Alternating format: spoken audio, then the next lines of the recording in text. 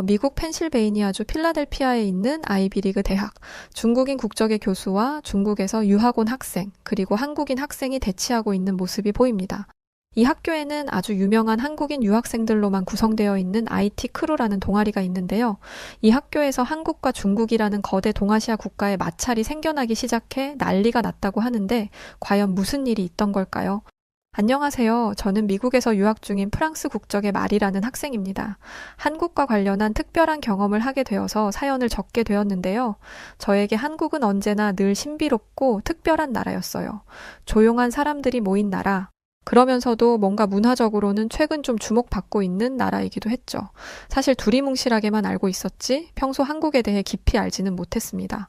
하지만 이번에 참여한 국제대학 정치 외교 세미나에서 저는 예상치 못한 논쟁을 목격하게 되며 한국에 대한 깊은 관심을 갖게 되었는데요. 사실 이번 세미나는 동아시아 국가들의 군사력과 기술력을 주제로 한 포럼이었고 세계 각국에서 온 학생들과 전문가들이 참석한 자리였습니다. 특히 저는 다양한 국적의 유학생들이 자국의 군사적 성취와 기술적 발전에 대해 발표하는 자리에 깊은 흥미를 느끼며 참여하게 되었죠. 각국의 다양한 관점과 자부심이 드러나는 자리였으니까요. 그날 한국을 대표해 발표를 맡은 사람은 예훈이라는 한국인 유학생이었습니다. 저는 예훈과 종종 같이 수업을 들었었는데 예훈은 평소 조용하고 차분한 성격이었지만 논리적이고 깊이 있는 발언으로 강의실에서 주목받던 인물이었습니다. 오, 그 예훈이구나. 그의 발표를 기대하며 저는 자리에 앉아 있었습니다. 예훈의 발표는 한국이 이룬 군사적 성취와 기술적 발전에 대한 이야기로 시작되었어요. 그는 한국이 경제 발전과 함께 군사력을 강화해왔고 이를 통해 자국을 방어할 수 있는 강력한 능력을 갖추게 되었다고 설명했습니다. 특히 한국의 첨단 기술이 어떻게 군사력 증강에 기여했는지를 논리적으로 설명하던 중이었죠. 하지만 그 순간 중국 출신의 유학생이었던 지아오라는 학생이 갑자기 손을 들고 예훈의 발표를 중단시키며 발언을 시작했어요. 잠깐만 예훈, 미안한데 같은 아시아인으로서 아무래도 내가 이 말은 꼭 해야 할 것 같아서 도무지 그냥 듣고 있을 수만은 없어서 말이야. 있지? 한국의 군사력과 기술력에 대해 좀 너무 뻥튀기 하고 있다고 생각 안 해? 중국은 수천 년 동안 동아시아의 중심 국가로서 군사적으로 우수함을 보여왔어. 지금도 세계적인 강대국으로서의 위치를 유지하고 있지? 네가 말하는 한국의 성취가 중국과 비교할 수 있을 정도라고 생각하는 건 솔직히 너무 과하다고 생각하지 않아? 이런 우리 중국에 대해서 입을 다물고 있는데 너무 한국인이라고 한국을 높이 평가하는 거 아니니? 강연장은 순간 긴장감이 돌았습니다. 여러 나라에서 온 학생들이 이 논쟁을 주목하고 있었어요. 저는 예훈이 어떻게 대응할지 숨죽이며 기다렸습니다. 과연 그가 평소처럼 당황하지 않고 침착하게 대응할 수 있을지 궁금해졌죠. 그리고 그때 예훈이 고개를 끄덕이며 대답하기 시작했습니다. 지아오, 네가 말한 중국의 군사적 성취와 역사적 우수성에 대해선 나도 인정해. 중국은 오랜 시간 동안 동아시아에서 중심적인 역할을 해왔고 군사적으로도 강력한 나라였지. 그래, 네가 인정할 줄 알았지. 지아오가 호탕하게 웃었습니다. 하지만 예훈은 멈추지 않고 말을 이어갔어요. 하지만 내가 오늘 이 자리에서 이야기하려는 건 그와는 다른 측면이야. 한국의 군사력과 기술력은 단순히 과거의 성취가 아닌 현대적인 혁신을 통해 이룩한 결과거든. 한국은 전쟁의 폐허에서 시작해. 이제는 전 세계적으로 인정받는 군사 강국이자 기술 강국으로 성장했어. 특히 한국의 첨단 기술이 군사력 증강에 미친 영향은 누구도 부정할 수 없을 거야. 중국이 오랜 역사 속에서 군사적으로 강력한 나라였다는 점을 부정하지는 않아. 하지만 현대 전쟁의 양상은 과거와는 많이 다르다는 게 문제지. 중국인이 몇 억이랬더라? 상관없어. 왜냐면 이제는 물리적인 병력의 크기만으로는 전쟁에서 이길 수 없으니까. 기술력. 이젠 기술력으로 보여주는 게 중요하다고. 지아오는 쉼없이 쏟아져 나오는 예훈의 반박에 점점 흥분하는 듯 싶더니 중국인이 몇 억이랬더라? 하는 말이 나오던 시점부터는 눈이 휘둥그레져서는 허 하는 소리를 내며 예훈을 쳐다보았습니다. 누가 봐도 지아오가 화가 난 것처럼 보였죠. 그때 세미나의 사회자가 두 사람을 말리며 말했습니다. 네, 잘 알겠습니다. 죄송하지만 이번 세미나는 나라별 우위를 비교하는 자리가 아니라 각 나라에 대해 소개하고 알아가기 위한 취지로 마련된 자리인데요. 두 분께서는 이만 과열을 멈추시고 각자의 자리에서 세미나를 이어가 주시기 바랍니다. 사회자의 말에 지아오는 아직 한참이나 할 말이 남았다는 듯 흥하는 소리를 내며 자리에 앉았습니다. 제가 보기엔 말문이 막힌 것처럼 보였지만 말이에요. 이후 예훈은 다시 순조롭게 자신의 강의를 이어갔고 그렇게 세미나는 마무리되었습니다. 그 일이 있은 후로부터 한 달 뒤 저는 문득 다른 수업에 들어가려다 망연자실한 얼굴로 강의실에서 나오는 예훈을 마주하게 되었어요. 평소와는 다르게 매우 실망한 얼굴이었기에 도대체 무슨 일인지 그에게 물어볼 수밖에 없었죠. 저는 그에게 다가가 이전에 세미나 때와 강의할 때 몇 번 마주했던 말이라고 인사하며 그에게 무슨 일이 있는지 물었습니다. 그는 애써 반갑게 웃어 보이며 말했습니다. 안녕 마리. 사실은 그의 이야기를 들은 저는 충격에 빠지고 말았습니다. 교수님께서 그에게 그의 과제가 표절된 자료이므로 낙제 점수를 줄 수밖에 없다고 하셨다는 것이었어요. 그 똑부러지는 예훈이 표절이라니 믿을 수 없다는 생각에 저는 그에게 자세한 내막을 물었죠. 사실 별다른 내막조차 없었습니다. 최근 저희에게는 학기를 마무리하는 큰 과제가 내려져 왔었고 예훈은 언제나처럼 밤을 새워가며 그 과제를 준비했다고 합니다. 마지막 도표 하나까지 틀림없도록 꼼꼼하게 확인해서 이제 제출만을 남겨두었다고 했죠.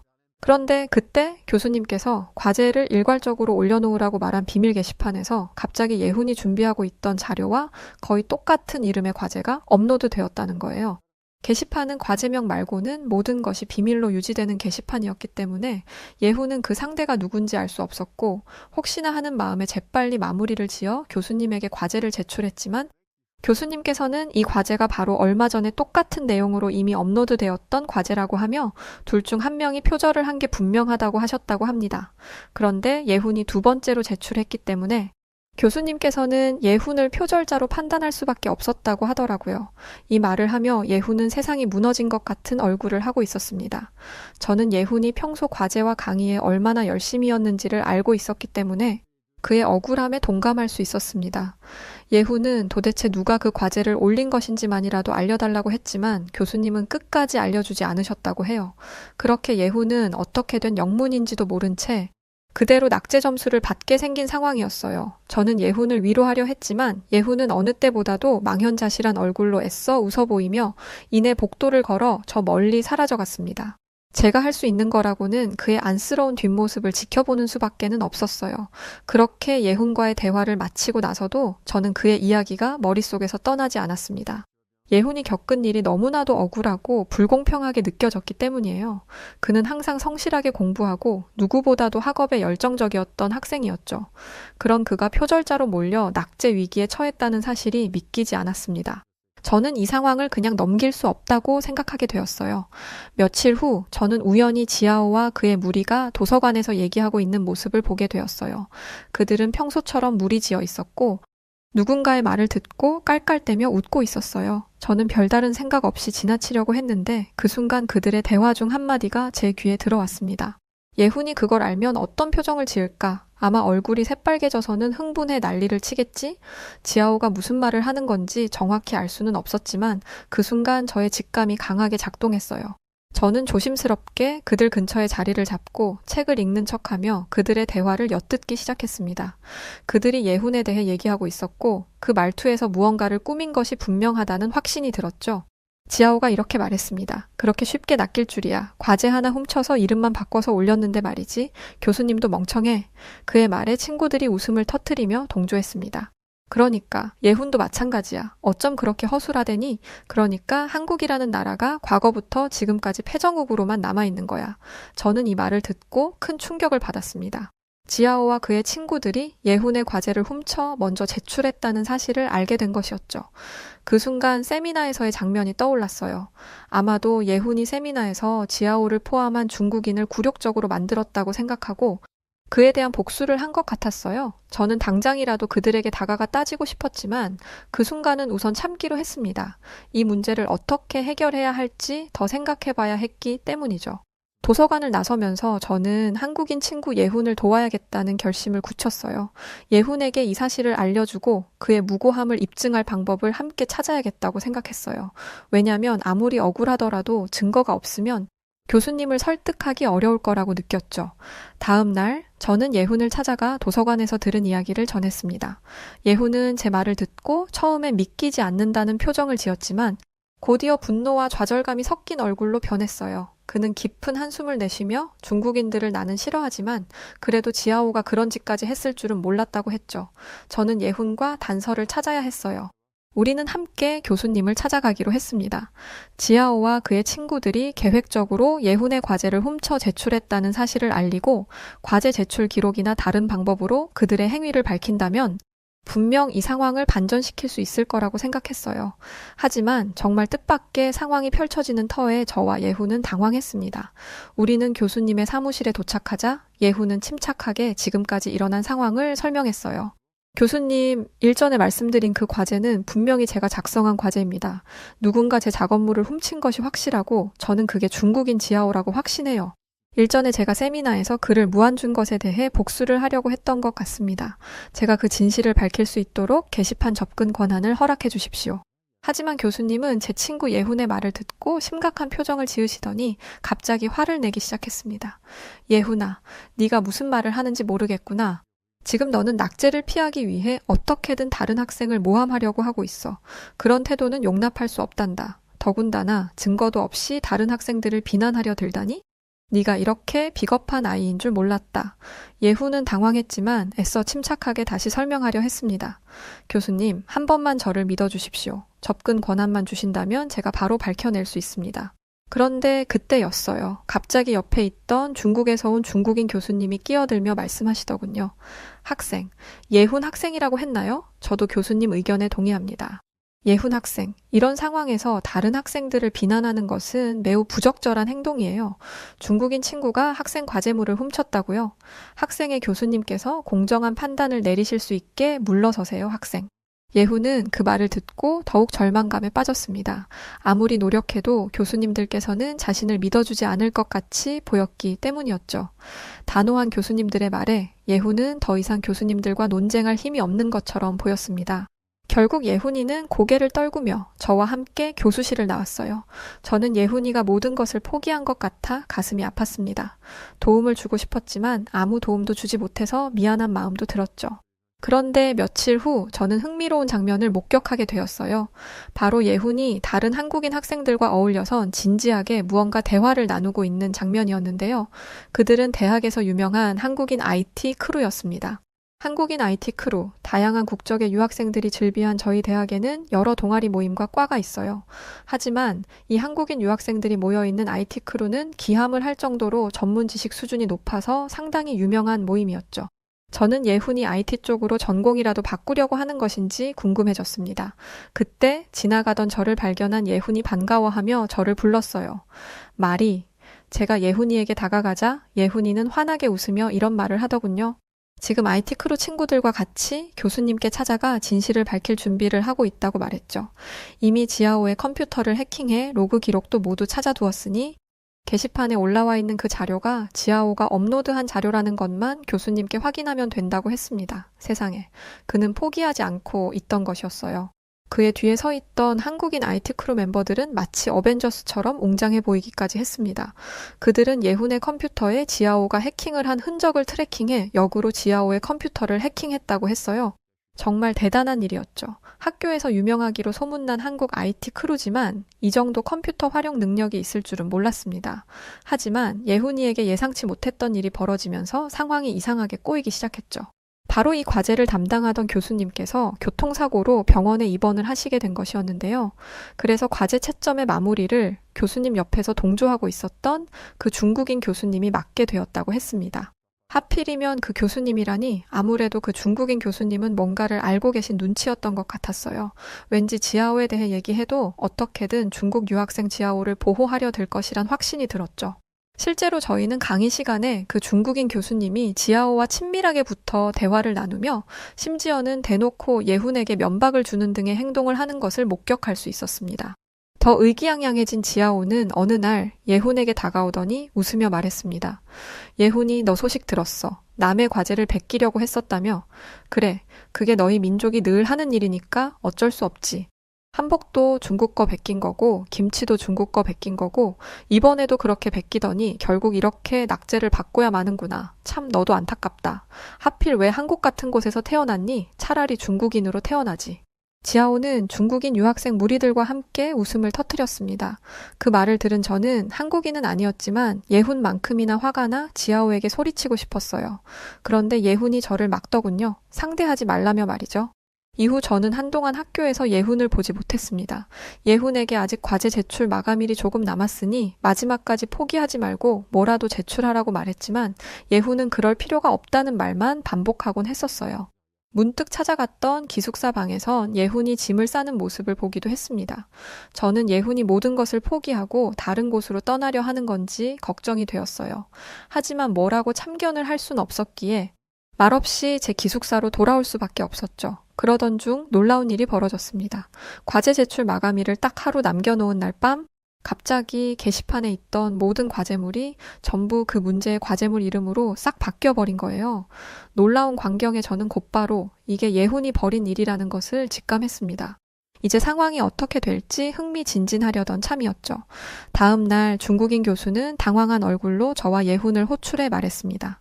예훈 학생, 당장 이게 어떻게 된 일인지 설명해. 이건 분명히 네가 한 짓이 틀림없어. 네가 복수하려고 이러는 거잖아? 중국인 교수님은 격앙된 목소리로 물었습니다. 그러나 예훈은 차분하게 대답했죠. 교수님, 저는 아무것도 하지 않았습니다. 왜 저를 의심하시는 거죠? 참 억울하네요. 중국인 교수님은 분노하며 본때를 보여주겠다고 말했고 학교 전산팀을 불러 게시판을 고치라 지시했습니다. 하지만 전산팀을 본 저는 놀라서 당황하고 있었어요. 왜냐하면 전산팀 몇 명과 함께 섞여 들어온 한국인 IT 크루 인물들을 발견했거든요. 그들은 자연스럽게 전산팀 직원인 것처럼 같은 모자를 쓰고 있었습니다. 그들은 교수님의 명령대로 게시판을 고치는 척하면서 동시에 예훈의 주장에 대한 증거를 찾기 시작했습니다. 그들이 모든 증거를 뒤지는 동안 중국인 교수는 초조한 얼굴로 한숨만 내쉬고 있었어요. 예훈과 눈이 마주친 저는 어깨를 으쓱이며 상황을 지켜보고 있었죠. 예훈은 제게 조용히 문자 메시지를 보냈습니다. IT 크루가 지금 게시판에 기록된 모든 활동 로그를 분석하고 있는 중이라고 말이죠. 저는 교수님의 눈을 돌리기 위해 연신 교수님께 질문을 드렸어요. 그리고 이윽고 갑자기 방 안에 찾았다 라는 소리가 울려 퍼졌습니다. 이렇게 결국 진실이 밝혀질 시간이 왔던 것이죠. 한국 IT 크루들은 지아오가 예훈의 과제를 훔쳐 먼저 제출한 기록을 발견하고야 만 것이었어요. IT 크루는 데이터 패킷 추적을 통해 지아오의 컴퓨터에서 예훈의 과제 파일이 복사된 시점과 그 파일이 교수님께 제출된 시점이 일치한다는 증거를 확보해 제시했습니다. 그리고 지아오가 예훈의 컴퓨터뿐 아니라 불법적인 방법으로 예훈의 USB까지 복제해냈다는 사실을 밝혀냈어요. 모든 증거를 확보한 IT 크루는 교수님을 부르더니 말하기 시작했어요. 교수님, 이 게시판을 복구하는 게 중요한 게 아닌 것 같은데요. 여기 보세요. 이 로그 기록은 지아오가 예훈의 과제를 훔친 게 나와 있는데요. 상황이 이렇게 되자 중국인 교수님은 창백해진 얼굴로 모두를 둘러보았습니다. 그리고는 잠시 고민하는 것 같았어요. 그러더니 이내 지아오를 부르더니 모두를 향해 큰 소리로 말했습니다. 좋아, 이렇게 하자. 난 임시로 부임한 교수라 누가 진짜고 누가 가짜인지 명확하게 단언할 수 없어. 모두가 모여있는 학급 토론회에서 너희들이 학생들에게 높은 평가를 받도록 해라. 그걸로 너희 학점을 결정할 테니. 사실 저는 한국인도 중국인도 아닌 입장에서 좀 잘못되었다고 생각했어요. 사실이 명확하게 지아오가 예훈의 과제를 훔친 것이 명백했는데 결국 같은 중국인이라고 지아오에게 기회를 준 것과 다름없는 것이니까요. 결국 며칠 뒤 두 사람의 토론회 장이 열리는 날이 다가왔습니다. 이미 소문이 날 대로 나 있었기 때문에 우리 과의 학생들은 두 사람의 경쟁 토론을 보기 위해 구름같이 모여든 상태였어요. 한국과 중국의 맞짱 토론이었으니 굉장히 사실 흥미롭다는 생각도 들었습니다. 하지만 중국인 교수의 주관으로 진행된 터라 솔직히 말하면 예훈이의 승산이 없다는 생각이 들었던 것도 사실이었죠. 모두의 앞에서 괜시리 예훈만 한 번 더 망신을 당하는 꼴이 될까봐 걱정이 많이 되었습니다. 잠시 후 두 사람의 앞에 선 교수님이 고개를 끄덕이더니 칠판의 주제를 휘갈겨 썼습니다. 21세기 동아시아의 국제 질서와 각 국가의 역할, 그 주제를 보고 모두의 입에서 헉 하는 소리가 흘러나왔습니다. 첫 번째 주제부터 너무 어려운 느낌이 들었거든요. 국제 질서와 역할이라니 저는 만약 나라면 뭐라고 대답해야 할지 눈앞이 캄캄해질 정도로 어렵게 느껴진 주제였어요. 그때 지아오가 먼저 위풍당당한 목소리로 자신의 의견을 발표하기 시작했습니다. 21세기 동아시아의 국제 질서에서 중국은 명백히 중심적인 역할을 하고 있습니다. 중국은 세계에서 두 번째로 큰 경제 대국으로서 동아시아 지역에서 강력한 경제적 리더십을 가지고 있어요. 일대 일로와 같은 대규모 인프라 프로젝트를 통해 유럽까지 연결하는 경제적 허브로서의 역할도 하고 있죠. 그러자 이 말을 들은 한국인 유학생 예훈이 대답했습니다. 물리적 전쟁이 이루어지던 시대와 지금은 다릅니다.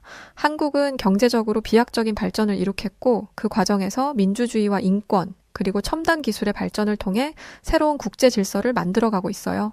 특히 한국은 IT와 첨단 기술을 통해 세계적인 영향력을 발휘하고 있습니다. 이는 현대 전쟁과 외교에서 매우 중요한 요소예요. 이 말이 끝나자마자 중국인 교수님이 예훈이에게 묻더군요.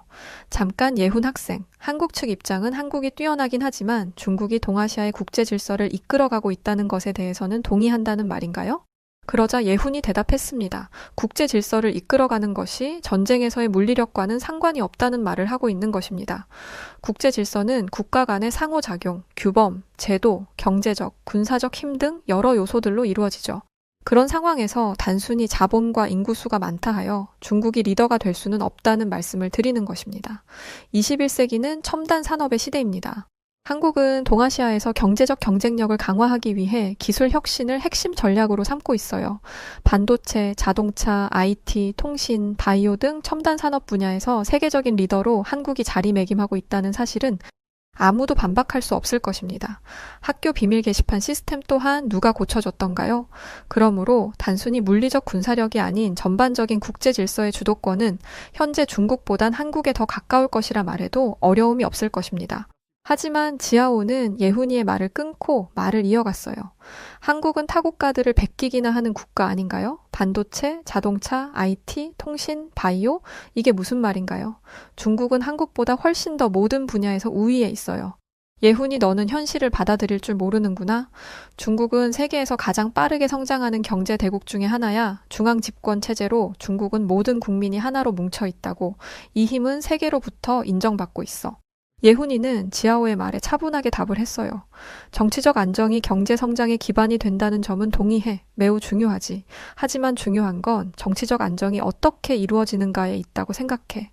한국의 경우 중앙 집권이 아닌 민주주의를 통해 정치적 안정을 유지하고 있어. 국민의 참여와 투명한 절차를 통해 이루어지기 때문에 이것이야말로 진정한 안정이라고 할 수 있지. 말이 중앙 집권이지. 국민들을 정부가 규제하고 억압하고 감시하는 체제가 아니니? 요즘 21세기에 그게 정말 올바른 행태의 국가라고 보는 거니? 예훈의 말에 지하오의 얼굴이 꿈틀대더군요. 뿐만 아니라 중국인 교수님마저도 불쾌하다는 표정을 짓고 있었어요. 아무래도 직접적인 중국 체제 비난에 대한 분노인 것 같았습니다. 지하오가 책상을 콱 내리치며 말했습니다.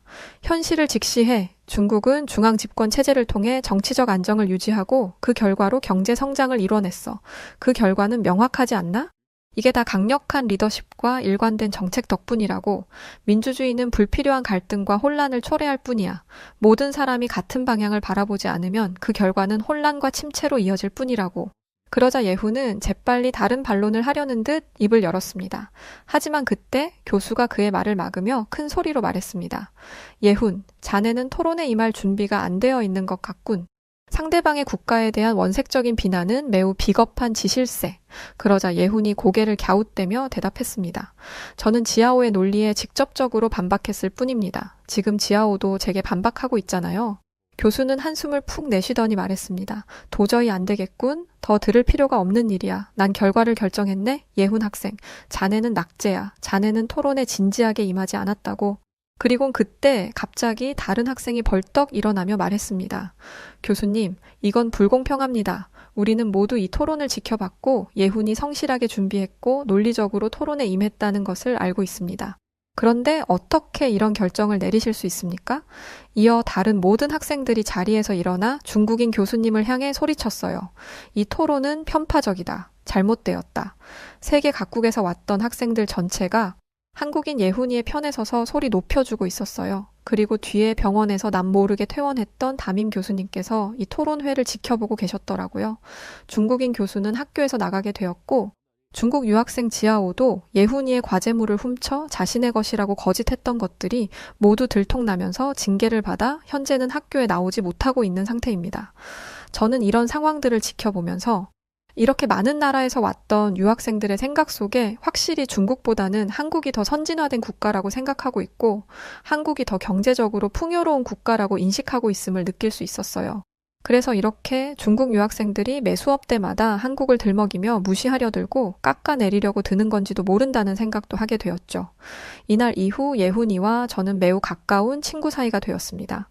사실 제가 태어난 프랑스도 한국을 무시하려는 경향이 없지 않는 국가지만 파리올림픽 때 이후로 한국이 얼마나 대단한 나라인지 많은 프랑스 사람들이 알게 되었고 그 이후로는 조금 덜해진 상태긴 해요.